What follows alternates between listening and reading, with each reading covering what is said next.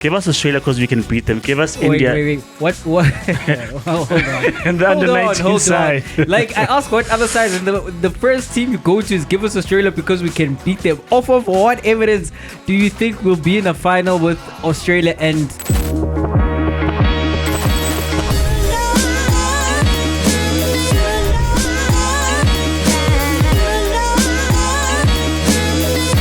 The start of a new month, the month of love.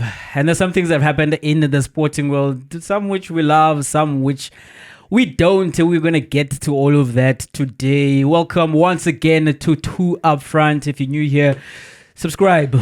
You'll find out at the end why you would have not made a mistake though, so subscribe. My name is Jay, and as always, I'm with Chuck. What up? Oh, good, man. After the Soweto Derby, and that's where I put my full stop. Don't ask me about anything else, but I'm good because of the Derby. And I mean, subscribe, right? There's the ringing the bell icon and all these notifications, and just get with the program so you know whenever we drop. Yes. So much happened over the weekend. Big games, right? Beginning with the younger ones. The SA under-19 women made it all the way to the final of the World Cup, but there they were taken care of by the Indian under-19 women. And once again, a Proteas side has made it to a World Cup final and lost. Chuck, when is it going to be our turn? Look, I think you can't answer and say eventually, because that's in perpetuity, like you'll be waiting forever. But the fact that we keep making finals is positive, because I think India are the defending champions, and to have made it into the final against them, having gone through Australia, having gone through Ireland, and teams like that to get there, not too shabby, right? But the question at hand is, when are we finally going to lift cricketing title, whether it's a senior men or senior women, or this under-19 women's side? I think it's coming, Jay. I mean, there were good moments in that game where I think someone like Gemma Porter was a very good batsman. For me, she was the under-19's Laura Wolfhard in terms of the tactics and her skills in the game. And as soon as you lost her, then the batting lineup got a bit shaky. But yeah, they're playing. It depends who we play in the final. That's my answer. It depends who we play in the final. If we play someone like India, then it's going to be a little while yet longer. But all the other sides, if we get to play other sides that are not India, including the men's T20 side, then we win. Give us Australia because we can beat them. Give us India. Wait. What? Hold on. And the under-19 side. Like, I asked what other sides, and the first team you go to is give us Australia because we can beat them. Off of what evidence do you think we'll be in a final with Australia and we can beat them? Didn't we play them in the semis to get to the final? Yeah, in the semis. So we've made 4 finals now, right? On the global stage, all in the T20s, by the way. And in the first one, that was the World Cup final for the women in Cape Town. Oh, you're asking specifically. You're talking broadly in terms of the Proteas. I thought you were talking about under-19 girls. Oh, God, I heard when I heard you say, like, as long as we don't play India. Okay, if you're talking about like the under-19 Indian women's team, like if it was anybody else but them, then I hear you. Although it's true of the men's side as well, because they're on a tear. I mean, they just beat England 1-4-1 in a 5-match T20 series as well. Yeah, they posted 280 here at the Wanderers. So as long as it's not them. But I think in the under-19 World Cup, Jay, anyone else I think would have given us fair game, and I think would have gotten enough to beat them, because against Ireland it was a 10-over game and we managed to get over the line. Against Australia it was a 20-over game, and then we were able to still get that target. So I think anyone else, Jay, is in and around us, because we put up, how much did we put up in the final? 90, 100? Somewhere there. Which is not 81, Chuck. Was it not 90? No, sir. 81, okay. Even that, compared to when you put that around the other teams, is competitive enough, but not with India beating us by 8 wickets, not with them. So I think anyone else may give us a sniff with that low total. But yeah, I mean, look, positives, like Unene was a good bowler. Unene and Cowling have got this slow, Nini and Cowling have got this fluid, slow action. It's a bit deceptive because they don't look like fast bowlers. I know they're under 19 women, but they get the wickets and they get the job done. I think batting-wise, the captain was good, Reinek as well. Porter, as I listed earlier on. And Cowling looks like she could be, I know she's got height on her side as well, but her technique looks very good. She could be like a very good all-rounder if she gets her stuff right. But obviously, time will tell if she makes it into the senior side. But I think we've got the components here, the parts to make things work. It's just that India is a big bump in the road. Yeah, this Indian team is... at this age group, one of the all-time great ones, because they came to a youth tournament last year here in South Africa and they absolutely battered everybody. So their performances at the World Cup and then again in the final, just to underline their dominance, was not surprising. But it was disappointing nonetheless in the manner in which the Proteas women and the 19 team lost that final, because they also were undefeated, right? And pretty dominant performances, actually, maybe up until the semi-final, but then that's also to be anticipated because, okay, you are now in the latter stages, you're facing an Australia, and that was comfortable for the most part, but then there were some jittery moments in that chase, but eventually I made it over the line, you know. But the performance was disappointing. You know, I'm proud of the girls, right? But I'm also tired of saying I'm proud of South African teams that are making it to the final, not winning. Like, it feels a little hollow. It feels a little accepting of not mediocrity, because it's not mediocre to get to the final, but being a bridesmaid, not quite being there. And I also say this, Chuck, as an Arsenal fan. I always say this, like, as an Arsenal fan and a Proteas fan, for the most part, the men's side, and now with the women becoming more prominent, going there as well. It's a similar experience. Like, you get second place. You are the runner up, and yeah, you tried, you competed, you got to the end, but when you got to the end, not quite the very end, you lose out when you get to the final. And I'm tired, Chuck. Like, when is it going to be? It's going to be our turn eventually. You figure eventually it will be our turn. But when is that? Like, this year, if we're talking about cricket in general, we do have the Champions Trophy coming up this month, and then also there's the World Test Championship in June, right? And I'm more hopeful where the Test side is concerned, and I'll take that. I'll take the Mace. It would be absolutely beautiful if we did go into the Champions Trophy. And one that it's a World Cup really that I want, but at this point we haven't won a trophy since 1998 with the Champions Trophy. So I'll take a Champions Trophy. But in that final, going back to that final, the disappointment, as I'm saying, is not because it's because we did not get to the final on the back of, man, shocking result, like the underdogs, the Cinderella story. No one expected us to be here, and we were just scraping through against teams, and you blink and whoa, we are in the final. No, we were dominant. We were dismissing Samoa for 16. We held Nigeria to 24. There's, I think, Ireland, I think we held to 35. So our bowling was phenomenal. And I thought to myself in the final, get to 100. If we can get to 100, that gives us something to defend based on what we've seen from this bowling lineup. Even 80, I don't expect us to win when like a team is chasing 80 and a team as good as India. But I thought, because of how good we have been, right, we'll get them 5 down. We'll get them a little shook. But that didn't happen. And that for me speaks again to mentality. That when we get to the final, and we've heard this from a trusted source, someone who knows cricket maybe more than you and I, that when you do get to the final, forget everything else. You want to bat first, right? You want to bat first and you want to have scoreboard pressure. And that's exactly what happened. We won the toss and we decided to bat. And it's like, okay, we've got the first part right.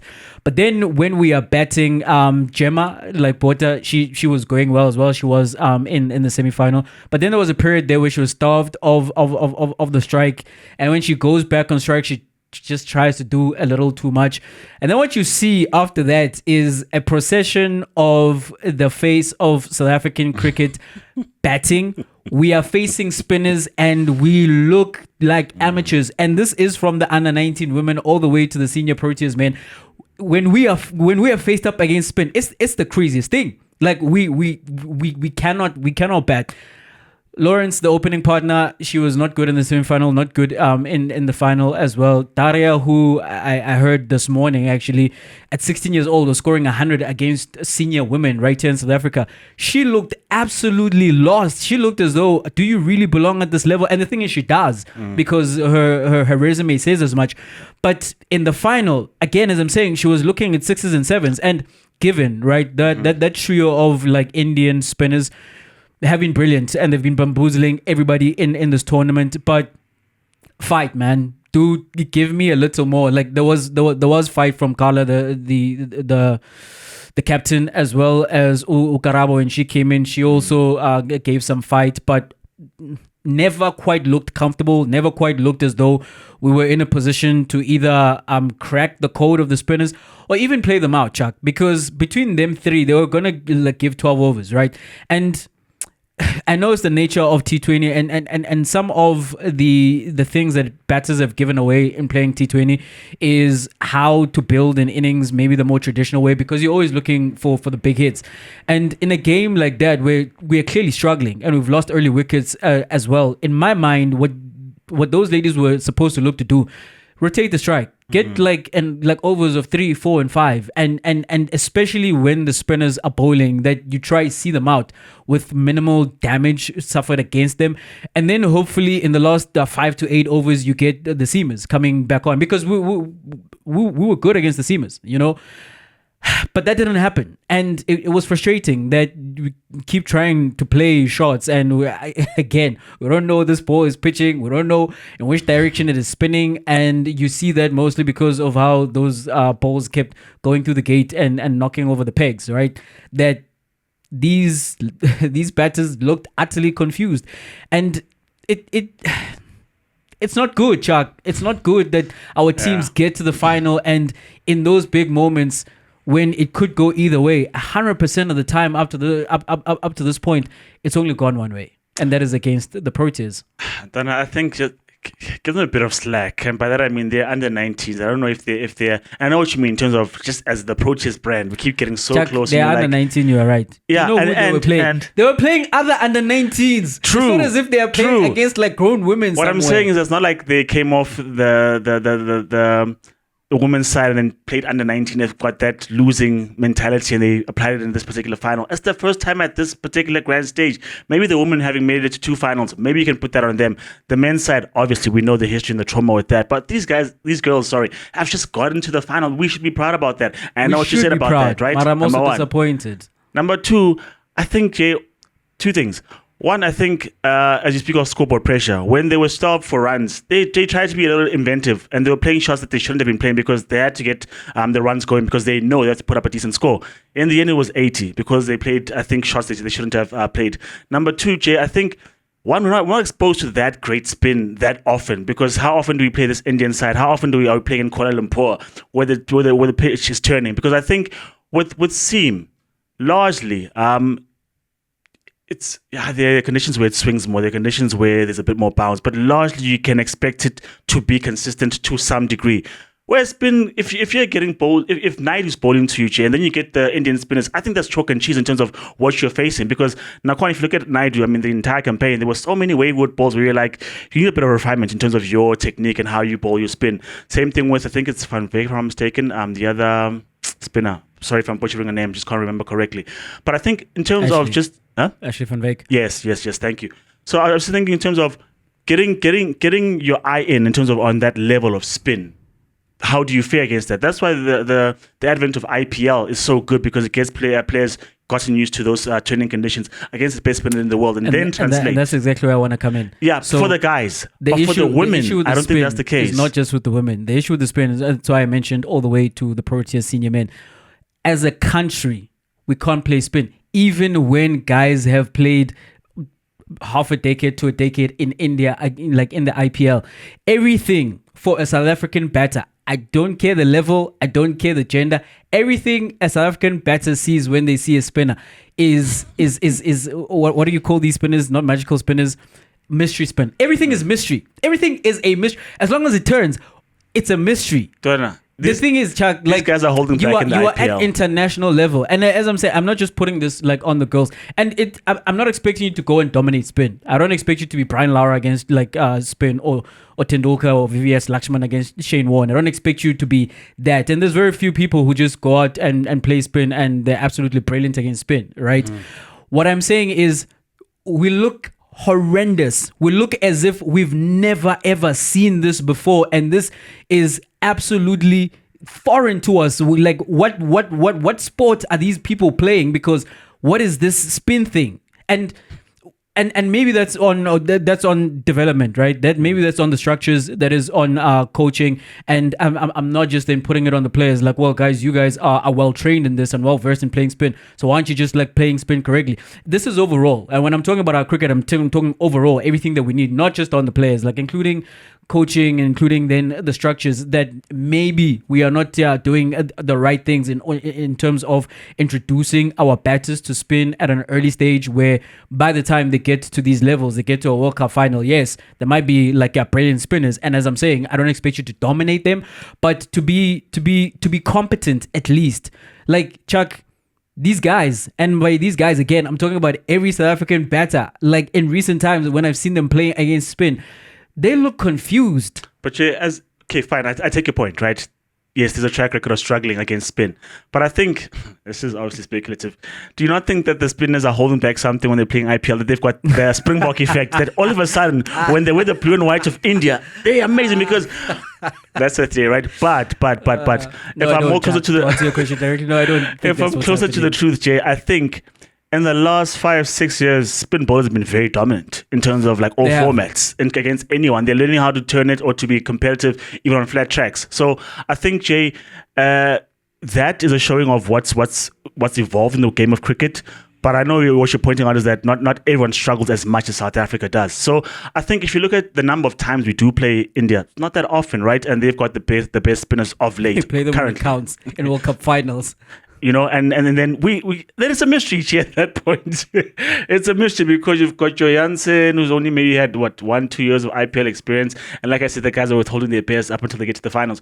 But I think, Jay, generally speaking, it's where the game has gone in terms of the spinners are becoming better. I don't know what the reason is for them to be that good, but also I think it's just not touring enough subcontinent teams and playing them in their own backyard to then get tested regularly, as you said, up until it's in a World Cup when it counts, when it matches, and you're like, how do you figure this out? But I mean, also when we're playing them here at home, when you've got your class and your Miller, you're like, okay, commentators say these guys should be fine. And then the next 3-4 overs, you're like, what's going on here? And then soon enough, they're both out. And that's exactly what you're talking about in terms of, guys, what's your application like? What's your reading of the spinner? So I think in the context of the under-19 girls, I think a bit more exposure will do them a world of good. But I share with you in terms of that sentiment. In terms of second place is great if you haven't done it before. But because we keep coming in second place, and we've seen this before, you just want to take that step further because, as you're saying, the track record of your campaign, whether it's the women or whether it's the men's, it's like, oh, these guys are on a tear. These guys look good. These guys should be the dark horses. These guys should be the favorites. And you get to the final and then boom. Not only do you lose, but you get smashed. That's what happens in the finals. So I think, Jay, it's one more step to unlocking all of that because we kept choking in the semis and the quarters. We're now choking in the finals only. Now is the season to be here in the finals. But to end it on a positive note, right? I am actually encouraged about particularly the senior Proteas women's chances going forward because the players we're going to get to promote from this under 19, those girls are stars. Apart from that final, in the other games they proved themselves to be very good. Gemma is a long-term partner for Laura Wolfhard at the top of our batting, and that absolutely excites me because Gemma she's a rocket, right? And Karabo Meso should already be the Proteas keeper, and she's still in grade 11 if I'm not mistaken. She's easily going to be there for the next 15 years. So we are sorted in that department. I think Kyla Reiniger, she showed great leadership because I was concerned coming into the semi-final that she'd scored like a duck and a one and didn't get to bat in the one other game. And she was batting at 3 and I was concerned about that. But then in the semi-final, she showed up and she carried us over the line. And in the final as well, she played one of the lone innings of any substance. And she's an all-rounder, both in the batting and then like in the spin department, as you point out. And then with the other bowlers who all took wickets throughout this tournament. So the pool which we get to choose from is tremendous. And there's already like some amazing players already in the senior women's team and some who are closer to moving away. And the future does look bright. And I will end on that positive note. I wanted to say something else, but it's not the positive note because I think for me the picture of the final was when I think it was who's our batsman at number 3? I forgot her name. Daria. She was trying to cut off 4, which were the winning runs, and as she got to the boundary line. She couldn't, but she ran over the boundary line, and the Indian women were there. And as she was going over, they were running to celebrate, and they clashed into it. I was like, that's a picture of the final that was just too overwhelming. But I mean, that's effort as well. That was, just got bombarded. Yeah, it was weird. But shout out to the girls, as you say. The future is bright, and I mean, if at the first time of seeing them myself, that's them in the final. The next step should be winning it, or at least contending and making a very strong showing at the next final. Coming back, Jay, from South African women under 19 to South African teams in the local football, we got the Soweto Derby over the weekend. Paris, the home side, against Kaizer Chiefs, and they got, it depends how you see it or how you want to narrate it, controversial penalty at the end via Mfukeng, and they won that derby 1-0, secured 3 points to move closer to Sundowns, who themselves won handsomely on Sunday. Jay, how did you see the Soweto Derby, and what did you make of each team's display? First of all, that was not a penalty. And initially, I thought it was a penalty because what I interpreted was, well, Blom tried to pull him back, and Mofokeng is an honest player. He stayed on his feet, but that does not mean that's not a foul, and advantage happened, and he didn't score, then it's a penalty. But upon further review and further reading into the laws, whichever place you stand on, whether you think that it was not a foul to begin with. Of course, if you think it was not a foul, it's not a penalty. If you think what I thought initially, what the rules do further state is that the ref will play an advantage, but if an advantage doesn't materialize, he can pull it back for a free kick or for a penalty in this case. But if a shot is taken and it had a advantage did materialize, which is what happened here, then he can't. Or if you are of the opinion that no, the decision was based on the keeper, I do agree that Vuma fouled Mofokeng, but I think the ball was gone at that point. Although hearing from a keeper, as after that game, what was said, and which is probably the strongest argument for it being a penalty, is that if a keeper makes contact with a player in the box with their feet, that's always a penalty. If it'd gone with his hands and the ball was gone, then that's definitely not. But then now it's a gray area in terms of, well, it's just purely that he made contact with his feet. But then the counter argument is that the ball was gone. So is it really a foul? Guys, what counter argument? Anywhere else in the pitch, if you try to go for the ball and the ball is not there and you get the man, it's a foul. Penalty. Like, why are there technical things here? Vuma fouled Mfukeng. Penalty. The ball was out of play. But I don't think it's a penalty. But Vuma made contact with Rele. Doesn't matter where the ball is, Jay. If you kick someone intending to go for the ball and you arrive late, that's the other thing. I don't think he kicked him. Like I think they had a clash. I think Rele was stretching for the ball and he got to the ball and the ball was gone. And that sounds like a late tackle. They clattered into each other. That sounds like a late tackle. They clattered into each other. The person who got to the ball first to shoot was Rele, which means he won the ball. If it was a 50-50 and you want to use the language of clattering into each other, the one who was late, who didn't get the ball at all, is the keeper. Yeah, I don't think that was a penalty. Chuck thinks it was a penalty. What do you guys think? Tell us what you think. Like, tell us in the comments. But in terms of the game, Chuck, I thought it was a cagey affair. It was more akin to the derbies we've seen. Maybe we were spoiled last year when we got that 3-2. And all the goals and all the fun. And like it's been almost a year. Like in March it would be a year since we last saw the Soweto Derby. And so the build up was so great, right? And then the game itself was disappointing. I thought there was a lot more emotion and adrenaline than there was calm heads and actually playing to whatever plans either one of these sides had. And you see that especially on the Pirates side, because I thought Pirates were absolutely going to wipe the floor with Kaizer Chiefs based on how Pirates have played this season and how Kaizer Chiefs have played, being so open at the back and conceding so many goals. But then what you see from Orlando Pirates, number one, they could not play out from the back, and I could not understand their formation when they were trying to play out from the back, because it was a 2-1 build up. It was like the two center backs and then Makaula, or it was a 3-1 where Makaula joined them, and then you had Umbata be the only person in midfield. And then when you look at Kaizer Chiefs, there are 3 players in front and there are 2 behind. So you were never getting to the guy in the middle, and Kaizer Chiefs were not pressing. So Yeah, I think a Tito needed to pull further backwards, and at times you saw him doing that to receive the ball because there was no fluidity at all when Pirates were trying to play it from the back. And then what Pirates also tried to do, which I understand, is they tried to play long balls behind the high line because we've seen it be successful. So we saw it live when Sundowns were playing Kaizer Chiefs, and most of the goals the Chiefs have scored is because those defenders have to turn and run and players are making runs behind them. But that was not very successful either, And so Pirates, Chiefs did well in terms of being solid and compact, not allowing Pirates to build through the middle, which is what Pirates love to do. And when Pirates did try to go to the wide areas, what you found with Kaizer Chiefs in their defensive setup, on the one side, you had Uplom, who was not attacking at all. So he was stationed at that right back position, keeping an eye on Rele. And when Rele did come inside, which is where he does most of his damage in that in that half space, you had Uox, who was more leaning towards that side, and they were handling Rele together. And then on the other side, Ditloko absolutely had Nkota for lunch. He had him in his back pocket, and the young man could not quite crack the Ditloko challenge. Where is Saleng? And that's the question. Because where is Saleng? Because the thing about Saleng, Chuck, right? He's a big game player. For sure. You know, in the same way that who am I thinking about? The Argentine, Di Maria. Like, if you ask me who's the better player between Di Maria and Messi, 100 out of 100 times it's Messi, right? But in a final, the player who has been the biggest reason for why Argentina from under 20 all the way to like a World Cup final have been successful, he tends to be the man of the match in those moments.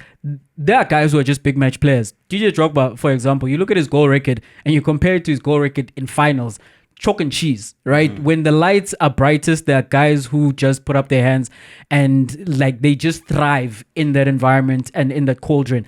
And Saleng is that guy. We've seen him against Sundowns in cup competitions. We've seen him in the derby itself, as I'm saying, as recently as the one that we saw prior to this one. He scored a brace and was the game winner for Orlando Pirates, right? And where is he? Like, especially in the position where you've got a 20-year-old. Yes, he's been good, right? But he's still 20 years old and this is still his first season. And when you're seeing him struggle, you know what would be great? To turn to the bench and to have a veteran there who's done it before at this level and say, okay, the young man, maybe this is not the game for him. Let's put him in cotton wool. There, Saleng, you go and do Le Otumengayo. But he's not there. So that was that I don't know what's happening with Saleng, and that's the question. That's the question we keep needing to answer, right? And because I do think Chuck, he would have been a welcome addition. The other things on the Orlando Pirates side, Umabasa missed chances that you don't associate with him missing. Yeah. That was disappointing. And then when he was replaced by Makgopa was the man for that game because in the link up, that's exactly what Orlando Pirates needed in order to play. And in the second half, Orlando Pirates did play a little more, sending Hoto further forward, whether he was showing up on the left or he's showing up on the right hand side. Like, yeah, in the dying stages, that man is still running like at 100%, and he almost made something happen, right? And then leading up to the penalty, we debate whether it was a penalty or not, but the ball to Rele, the touch from Rele, absolutely brilliant.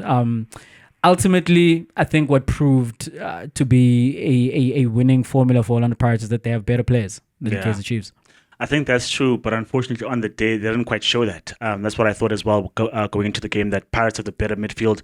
Like, I barely saw Ox and Zwan in terms of controlling the game. They got the ball and Chiefs lost so much of possession. You're like, this midfield is inferior. But Chiefs were poor in possession. Absolutely poor in possession. They were. They're right. They were. And when Pirates got the ball, then they rushed their passes as well. So it was a game that lacked quality, to be honest with you, in terms of passing. And in a scrappy game like that, someone like Maketlin Makaula will shine because there's so much to win, so much to fight for, and he won a lot of those balls, especially in the first half. And I think had a good game overall.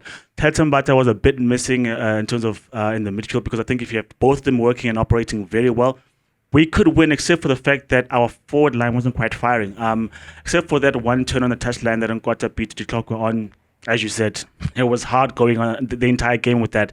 And I think someone like Saleng, here's the thing about Usaling, along with what we praised Tito for. He's someone who takes the onus on himself because I'm going to beat the man and then I'm going to score or I'm going to cross. I'm going to make things happen. I'm not going to be a passenger in the game. I want to be a big part player in this game. And that's what he brings to the game. And I think if you got threats on either side, because as you said, when they double up on Mfukeng, that was managed on the one side. And then they can manage Unkwata because it's not really in the best of form on the other side. Then the responsibility is really on Tito and Mabasa to do something. And so as we said, passing was sloppy. So with Usaling, you don't need to pass him. He'll fight. He'll press to win the ball, and then he'll hurt the opposition. But generally speaking, Jay, the long balls as you speak of, I got tired of them. Like after ball number 3, it was like it needs incredible accuracy because this pass number 1 on a goal kick, everyone is settled in their defensive structure, so your pass has to be very accurate. And it wasn't many other times. Well, either would go all the way out to a throw in, or the ball will be won by Chiefs, and you're like, that's a waste. Because when we have the ball and we played quite well, we can pull them out of possession, but we never quite did that. Shout out to Usipo China in the first 2 minutes, denying Upule Modi. I can't believe that save, eh? Yeah, because that man was sprawled on the floor, and then it feels like it was like Goku the ultimate, like ultra instinct. He just put out his hand and then he clawed the ball back. I was like, what did he just do? When I saw the highlights, I thought to myself, I don't know if it was meant. It seemed like he there was a dummy sold to Modi in terms of I'm going to go down this way but stretch out to the left, because that's where Modi went to his right, but then the ball was still closed. So shout out to that, because if Chiefs score that, then judging by the balance of play and the quality, because Pirates would have been more pressed to do something, they would have lost a lot more balls, and I think Chiefs would have probably surprised in terms of getting that victory. Then Urele also missed an early chance as well. So there was quality lacking all around, Jay, in terms of what players can actually do. Modi will always be an issue. I don't know who's the midfielder with the dreadlocks. Not Sonny, not George. Yes. He had a couple of good touches, but you ask yourself, if ever there was a midfielder that would come through together and then play, maybe there's something you can bring to the point. Because I can see a spark of brilliance in terms of if you had more of the ball in the right areas, you could do something. But because of how they were lined up and how they played on the day.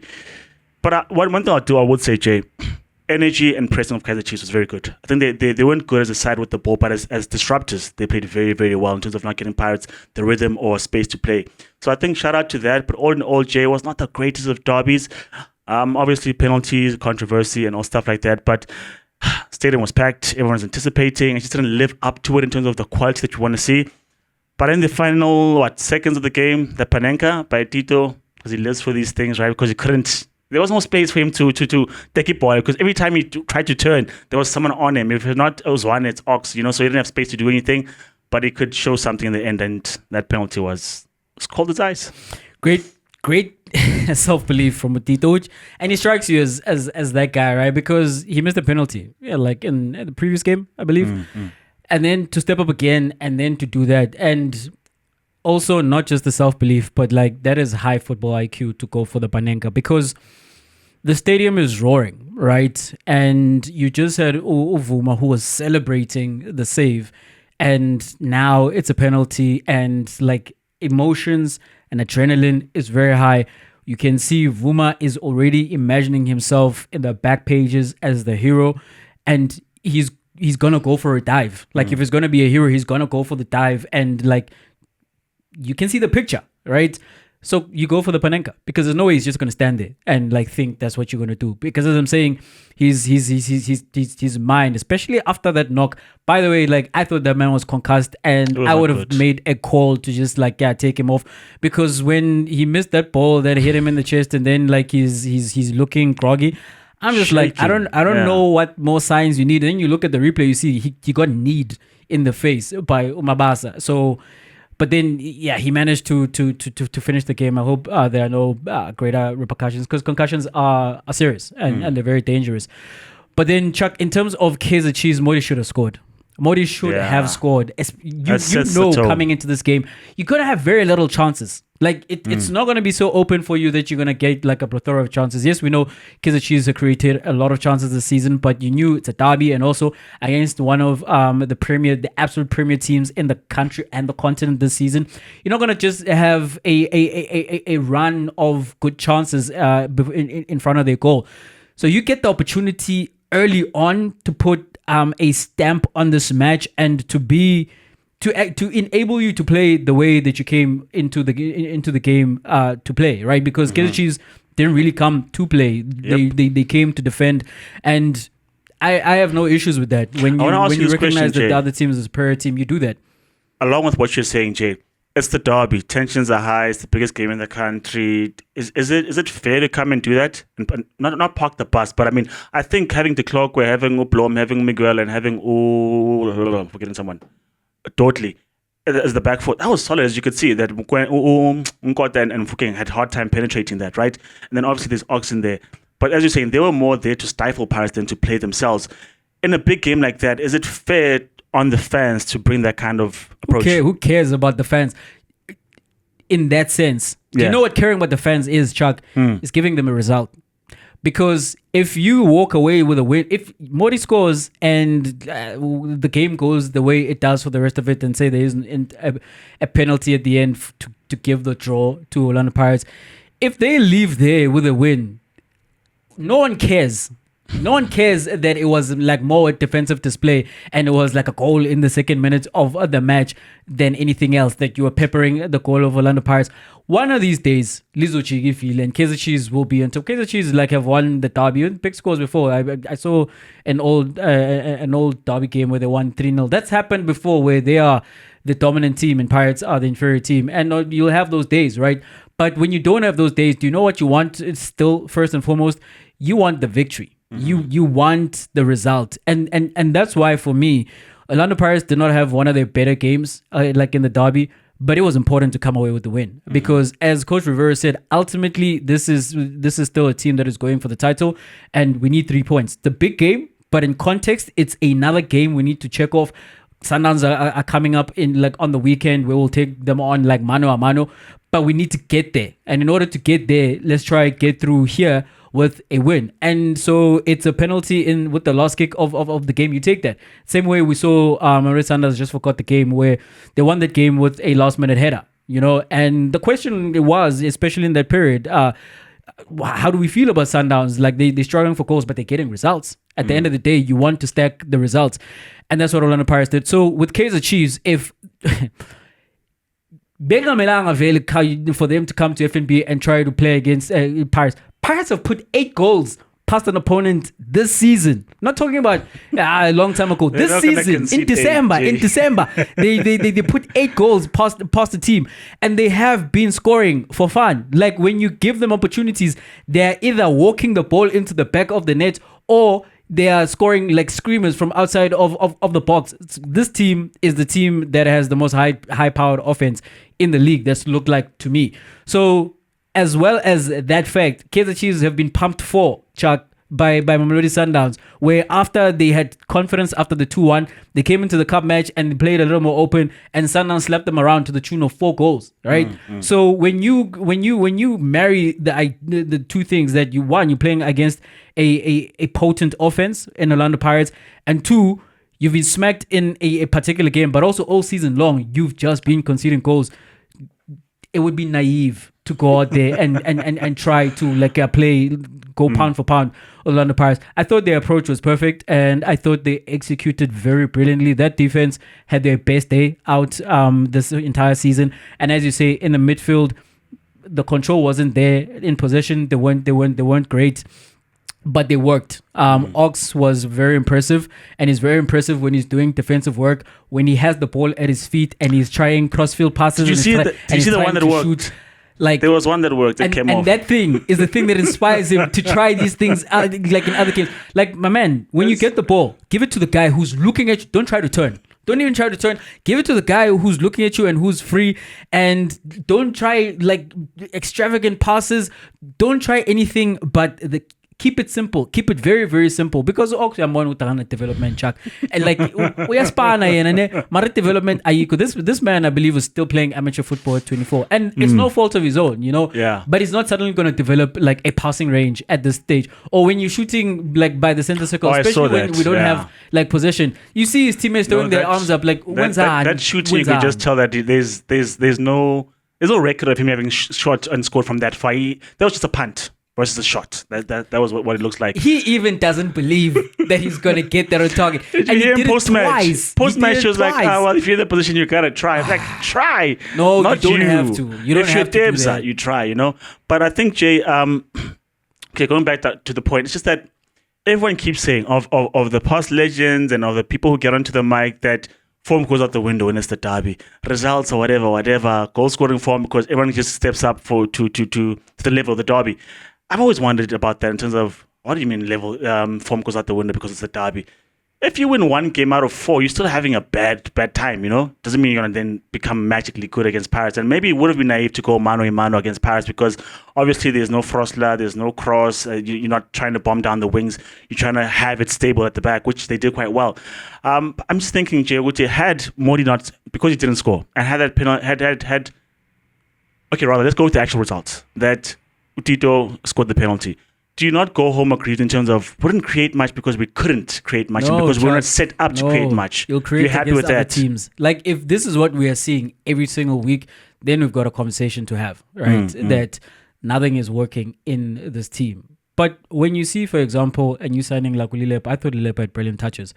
Now he made a mistake trying to run against Hoto. I was like, what do you think is going to happen there? And you'll find out. But were you watching on Zulu commentary? No, I wasn't. I was like to my cousin Nguti, Zulu commentary does not give you any stats or background. It just gives you color commentary because like Lilepo, the lollipop. I'm like, is this his new nickname? Real Munya. Oh no, yes, I was listening to that. The commentator said, you know what? Omonyisa, I'm a teammate. I was like, no. I don't think you want to say that. Like, what are we saying now? Like, please go away from him being lollipop. Like, and stick to his name. Olilep. I was like, Uti. No, I can't think my pencil. It's like Uti. The commentator, like, no, don't say that, brother. But so, Chuck, when I look at that, right, I can see what's gonna happen. Also, I thought someone I thought Umtu is should be playing from centrally, drifting wide. I think it's a bit different when he's starting out wide and coming centrally. He's the best player at Kaizer Chiefs and play him in his best position. I know George Matlo is back and he's done well, but it's fine. You can stack him as an option behind Umtu. Umshini as well is now also behind Umtu. You can't play everyone all at the same time, right? And Umodi, for example, you put in a showing like that when you've signed a winger, and when he comes on, you see like what the glimpses that he's showing. Your time might be up in the starting lineup as well, but I accept playing like that in that match against that opponent. Again, because you know who you are at this stage of the season, and like that experience also tells you in terms of when you've come across an opponent of this level, what has happened before. So we need to adjust. This is the thing we keep talking about with Spurs and Ange. Like you can't just play the way you want to play against everyone. Like it doesn't work. It doesn't work. You can do it against like other teams who you feel are at your level or inferior, right? So as I'm saying, if Kaizer Chiefs go into a match against the Imakes and they set up like this, I'd scratch my head and like then I'd come out and say, no man, what is happening there? But against a one of the teams towards the top of the table, as I'm saying, who've been brilliant in this entire season and have shown that they'll put you to the sword if you give them an opportunity. Yes, you set up like that. That's why when Arsenal at the Etihad early on in the season went down 10 men against the Pep Guardiola team and they decided to park the bus. Yeah. When Inter Milan went to the Nou Camp, when Chelsea went to the Nou Camp and did that, yeah, you do that because you respect the opponent and what they're able to do. And this idea of Kawato Yasa was like, no, guys. At the end of this, when we're standing there with the trophy, it was all worth it. And defense is part of the game. Like we shouldn't just like overlook that fact. And if that is your strong point, you lean into that, especially where Kaizer Chiefs are right now, where again, they've been conceding goals for fun. So they played the way that this game required for them to play. And as I'm saying, they would have hoped to be fortunate with a chance or two and put that away and maybe steal a result, which is something that could have happened if Umodi would have capitalized on that chance. They also had like this counter where it was 5-4. Then Oranga just his decision making is poor. He goes where the two defenders of Orlando Pirates are going, and there's like 2 free guys on his left, but he never even bothered to look in that direction. So there are things to sort out, Chuck. But in terms of the approach in this particular game, I think it was the right one. There were glimpses, like in terms of what Chiefs can put together and be a good team, right? Like you said, Matlo looking well, looking good. Modi can find the back of the net, but his runs make him a threat constantly throughout the game. I don't know if Zwane is made for the big games. Give him a bit more time. I think it was like a cauldron to throw him in there against a very good midfield in Pirates. Zwano Monye, his spot is now gone. Tabakele is here to take his spot, and It looked like it. You've had chances, man, cameo. and like everyone who watches Uzwani is so hopeful. You know, like you see the talent, but then the temperament is questionable. Like his alertness is not as what it should be. He's just not as plugged into the game. It does not seem as he should be. And what I think then it is, he Jay, wants to do extravagant as opposed to keeping things simple. It's exactly that, Jay. Which I think let your hard work shine first. Your talent will come through. It won't hide when the time is right. Because keep it simple. If you have a flawless game where it wasn't amazing, that's all we need. But if you're trying for amazing, it never comes off. Then you look like someone doesn't know what they're doing. So I think he needs more time to come off from the bench, I think, and then play it simple. Just keep it constant, keep it ticking. To what you said earlier, Jay, and it's a bit of a conundrum now because you said if it's your strength that is defending, stick to it. Pep Guardiola, in the form that they're in, defense is not their strength, and they go against Arsenal. What do you think they would have done? They would not have had them pumped 5-1 by Arsenal. What could City have done, or do you think Arsenal on the day were just too good? There's nothing they could have done in that match. There's nothing. There's nothing they could have done in that match. Chuck, this truly is the poorest Manchester City you've seen under Pep Guardiola, and maybe not in Premier League history. Say it. But Errors come to an end. Since they got money, right? And when I thought about it, right, the scoreline is not something you anticipated. But when I thought about it, yeah, of course, Arsenal was supposed to not lose against this City team at least, and beating them isn't something that should be a shock right now when you consider where both of these teams find themselves and the fact that Arsenal were playing at home and still hold on to some hope that they are still going for the title. And you might look, and we spoke about this after the Chelsea result by Manchester City last week, that are they back? You know, they've been on a run. They beat Ipswich 6, and then they beat the Chelsea team, but Chelsea have been on a slippery slope in the Premier League. And that's not really anything to write home about. So when we've seen them against quality sides, we saw them go to Anfield and they were absolutely dominated. We saw them play against PSG away to PSG and they got their asses handed to them. So against an Arsenal who are one of the elite teams on the continent in Europe, you know, this was something that you could have anticipated in terms of the results, the victory for Arsenal, not maybe like 5. But it was brilliant. It was a brilliant performance from Arsenal. The way that they pressed, those first 2 goals came off Arsenal forcing mistakes off of Manchester City in areas where they don't want to commit a mistake. Even that terrible miss from Kai Havertz, that also came from something similar, you know. And then you had, very surprisingly to me, goals on the counter attack from Arsenal. And then the Manchester City rest defense was absolutely atrocious. And with the 4th goal, maybe I could say, yeah, they're trying to go for a second and maybe see if they can get back into the game because time was running out. But when you see the numbers that Arsenal are flooding forward after the turnover, there's only the 2 defenders from Manchester City. And Chuck, this team, Manchester City, they've expired. You know, like last season was the peak. When they won the treble, to go on and win that 4th Premier League title was actually tremendous because the treble was probably the peak. But Pep Guardiola managed to squeeze one last thing out of them. That's why they were, I think, they were happy to let Gundogan go, you know, even though he'd been good. But that's my thing of, you let guys go, you take the risk of letting them go a season too early rather than a season too late, and bringing him back was not the right decision because when he left, that was the right time. And this is true of the majority of the team. Now Kyle Walker, as we've seen, he's also gone. And this is where this team are, because when I looked at that Manchester City 11, apart from Erling Haaland, I honestly don't think there is man for man any player on the City side who you can make a compelling argument to get into the Arsenal side. Maybe Mamouche, based on what we saw in the Bundesliga, right? But not in that game, certainly. And when you look at someone like not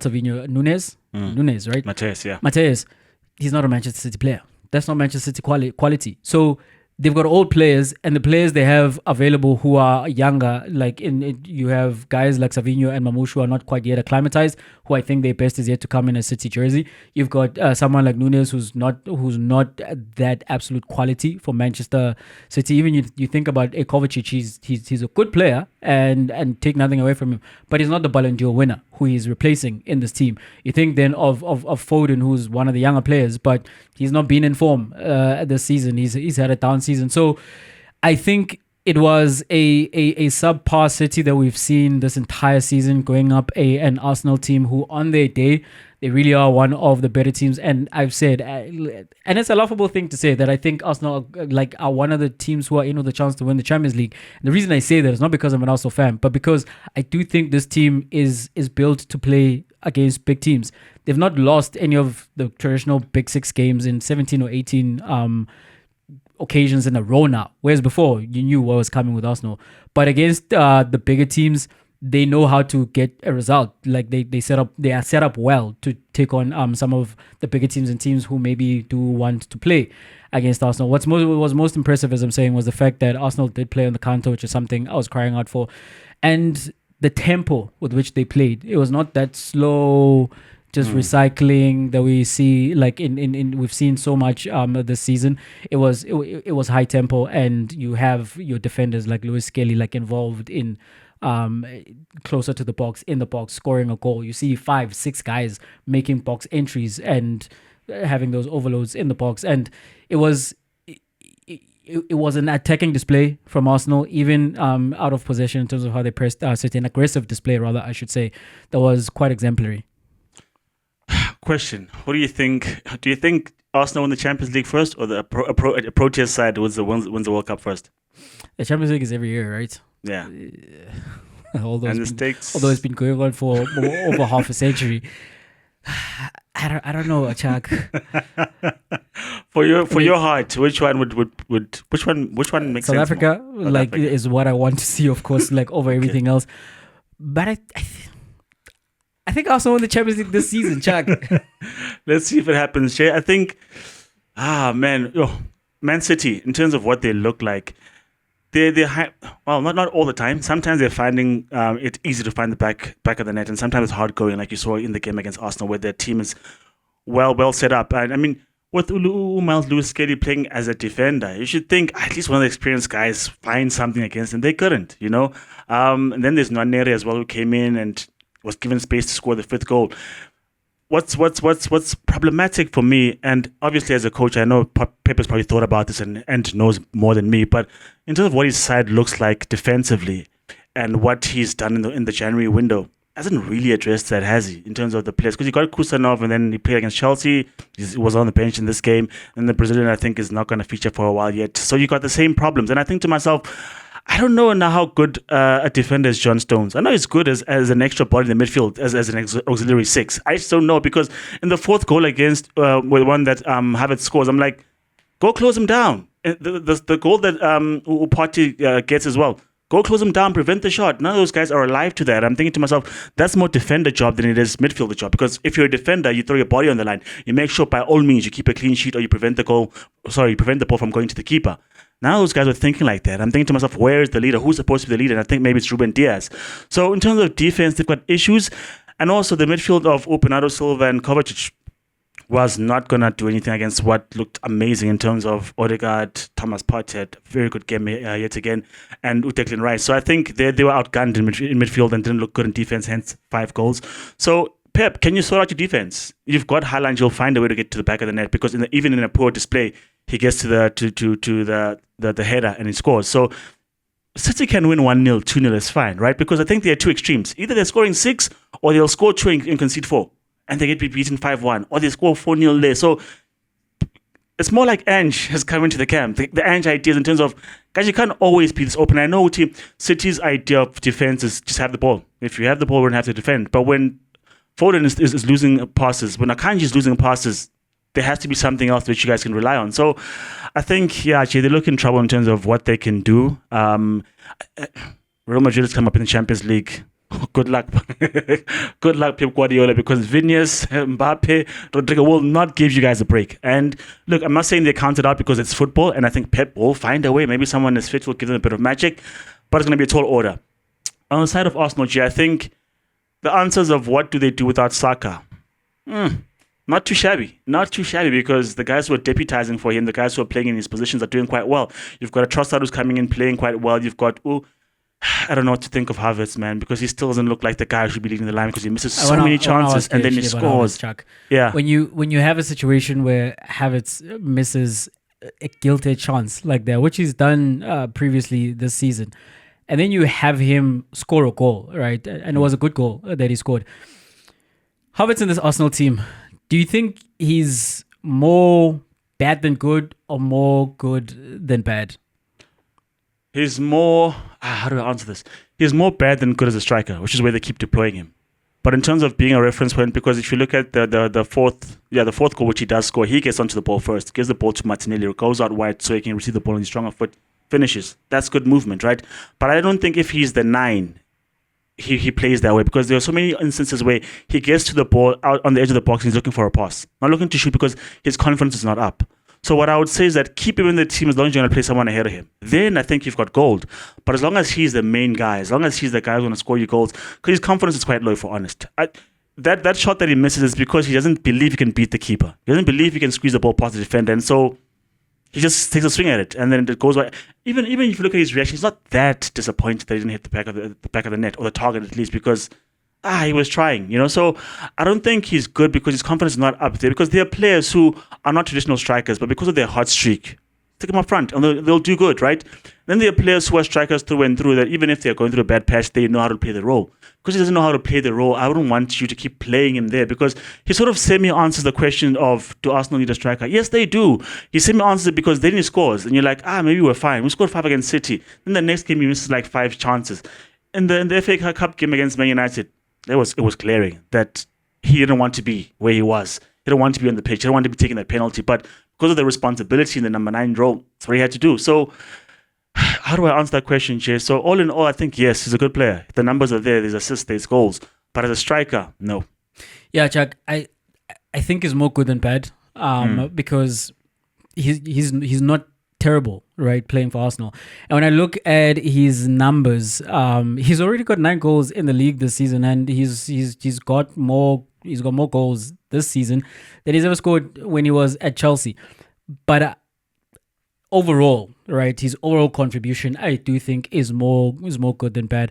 But I'm with you in terms of, if we're talking about him in the role that he currently occupies as the striker. And not only as a striker, but as the main outlet for the goals, because and maybe not enough is put on, not enough spotlight is put on guys like Martinelli, who are not scoring the goals from the wing positions. Trossard, but Trossard is a squad player in my mind, and you still need to go sign a player who is caliber of your Nico Williams or Rodrigo, in my opinion, who's going to own, number one, the left hand side and open out the left hand side, and then he's going to create his own goal scoring opportunities, and he's going to score the goals from that position at a high volume, but you don't have that. And Kai Havertz is 60 million, and he is now being deployed as the striker.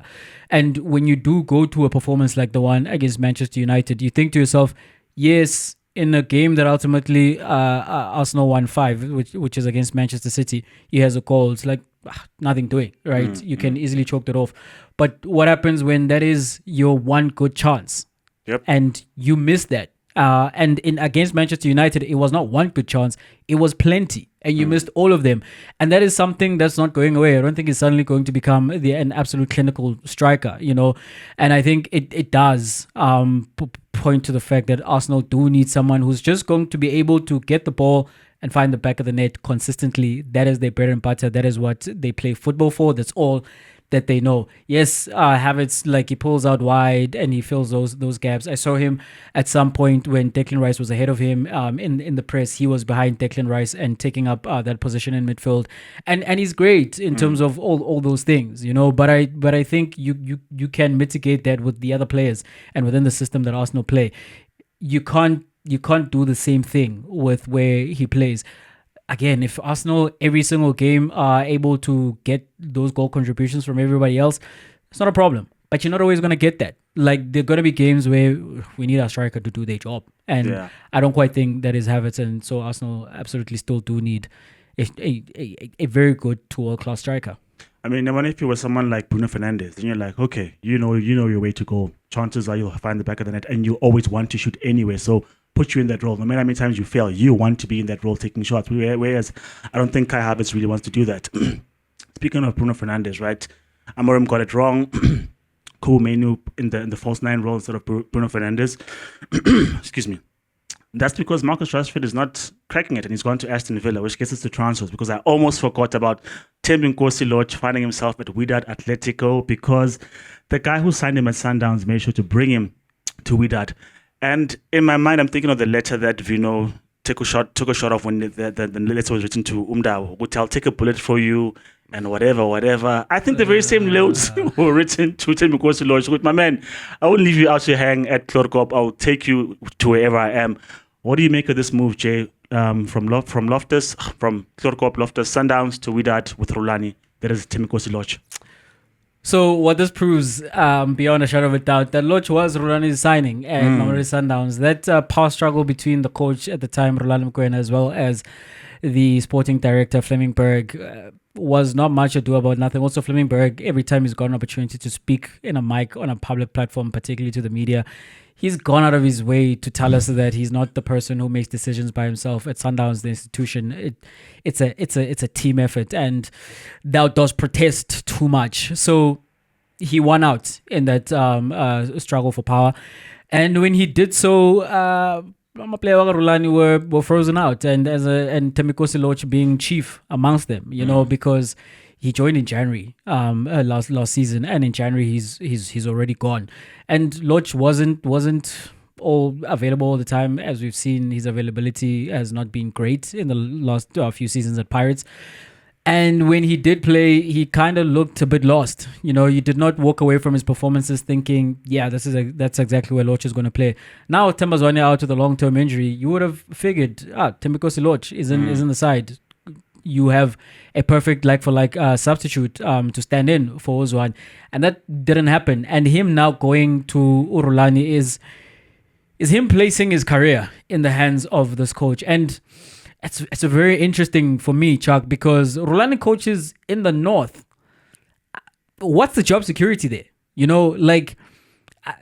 As soon as Rulani leaves, unless Thembinkosi Lorch gets there and he absolutely sets the scene like on fire, and if or when Rulani does leave, he is comfortable staying within that environment, then okay, I'll come here and I'll review what I said. It's like, was a perfect move. What is good about the move for Lorch is that it's a loan move. So if either it doesn't work out for the team, doesn't work out for him, he gets to come back. I actually would have wanted to see him at Kaizer Chiefs, because I if he can stay healthy, I do think taking the pressure away from those youngsters is a good thing, and Lorch still gets to play in one of the big teams. If not that, what I would advise Lorch to do, go be a talisman at like a SuperSport or an Amazul or whatever the case may be. Like, when you get there, for the most likely you're going to be the best player, and these are the twilight years of your career. Go be, you see, like what Abu Paulos Maseh did, like in the latter part of their careers. You see someone like who's the former Paris player who's now at Royal AM, Matlab. Like, go be a cult hero, where there's no pressure for you to be in player of the year form, but you're still at the top level, you're still delivering, you've got like this fan base, however small it is, just like loving you, and you are the person who's just like carrying them to heights maybe they've never experienced before, even just by your performances, if not quite the results. But Lorch clearly does still believe himself to be a player who is Champions League level, and who maybe is on the precipice of getting back into the national team. I personally don't think so at this point, which is a lot for me to say, because at his pomp, I thought Lorch was the best player in the league. You remember me saying this, even when Thembazwane was at Jigaramnand, So it's a last hurrah If it does not work out here, I think that's it at the highest of levels for Thembinkosi Lorch. And maybe you do take the gamble. You roll the dice one final time if you believe in yourself like that. And we've heard from someone who was his former agent, where Lorch came to her and said, "Take me to Orlando Pirates," and he had this inner self-belief that I am this level of player. So if that guy is still there, and if he's healthy, and what that means as well is not just that he's not injured right now, but that his previous injuries haven't ravaged his body to a point where he's not quite at his physical peak, then he'll get there and do something, and we'll all be reminded who Thembinkosi Lorch is. As I'm saying, I don't quite anticipate that happening based on how his career has gone in the last number of years now. But if you are to take that chance, you take it with Rulani, because that man loves Thembinkosi Lorch. I'm thinking to myself, after having gotten his side back on track in the league and they're now in a decent position, this is clearly a Rulani signing. It's not a Wydad signing, it's a Rulani signing, because I think to myself, obviously Rulani has been with Lorch at Pirates, brought him on board at Sundowns, and he's gone to Wydad and he's brought him with as well. And I think to myself, won't the head honcho say to you, this guy better deliver, because we shelled out money to play for a player that you wanted, because like I said, it looks to me like a Rulani player more than a Wydad player. He better produce results, because I don't know, Jay. Rulani is weighing his career there quite a lot on Lorch, right? And I understand why they trust him now, because he brought Cassius from Canada, and Cassius has been performing for him. So if that is something that they are going off of, and as we know, they suspended their coaching search when Rulani became available, and then they headhunted him. So he's bought himself some leverage, and it's like a belief and a trust in him that, okay, he makes decisions, we trust him, and it's going to work out.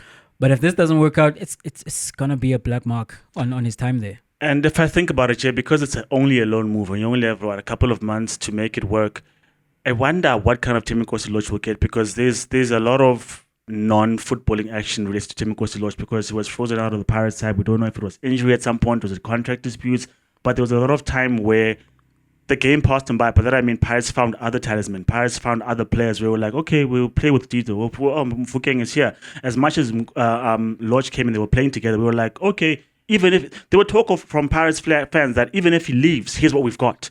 That's because we had spent so much time with him injured or away, and we're like, we don't know what to get from Lorch. He goes to Sundowns, and a bit of the same happens where he's injured or he's out of favor, and we don't know what's going on with Lorch. And Sundowns win things anyway, with or without him. And so now that he's going to Wydad, where, as we said in the north, the pressure's on all the time, because the brand name must match up with the titles, or at least the cups, to win something. You ask yourself, is he in the right headspace to perform? Because he's been to a big club where they've figured to do things without him. Went to another big club who are perennial champions. They figured to do things without him anyway. He goes to Wydad, another big club, another high pressure situation. Will he then step up? Because in the last 3-4 years we haven't seen that. So I wonder where his head's at and if he can do it for him. But like you said, Rulani trusts him. Let's see if let's see if he'll pay him back, basically. Yeah, I don't know what the situation is at Wydad in terms of, is this a need? Do they need to sign in this position? But if not, if Lorch is viewed as it's just another body, or like he's an addition, then I think the space in which to succeed is great, right? Because number one, I don't think they don't know him, that side. Number two, he is with Rulani, who's going to make it comfortable for him. And number three, he's out of the South African spotlight, where everything that has surrounded him is not going to follow him. So maybe a combination of those things means that he gets there and he feels less pressure, and he can perform. If there's a coach out there who is a Lorch whisperer who can maybe get the best out of him, we figure it's this one, because he land, and because he sees something in Lorch. So we'll see if he's able to be successful over there. Chuck. Lastly, Jay, but I hope it turns out well for Lorch, specifically for this reason, because when he scored that goal against Egypt in AFCON, we weren't the Bafana that we are now. And in this version of Bafana, it would be a shame if he never gets into the side or to be a part of it. We've moved on. Nanotau la khona sesisindaweni la sithi sharp. Siyasazi cool man. It's like sharp, like chinchis. Like tell everybody that we up. A man who isn't up, who didn't get up, Chuck, from that canvas, but was being pounded until the referee put a stop in it in the second round, is Israel Adesanya, who lost that middleweight fight against Imavov. Mm-hmm.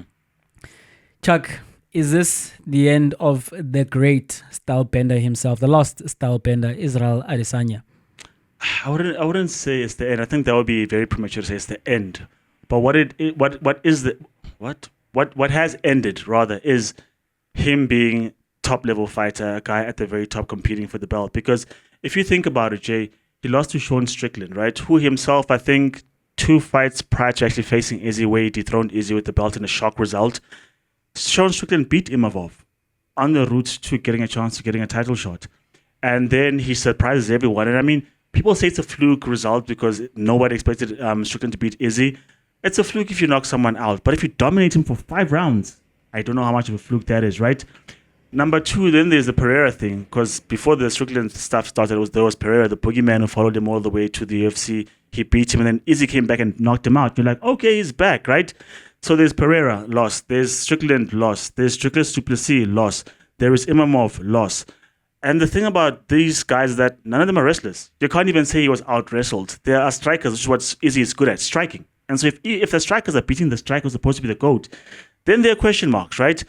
And I say it's the end of him being at the top because that's what he's become. That's why we lament over Chiefs and Man United in terms of here's what we know you to be at this level. When you're there mid-table, when you're there floundering, we don't really...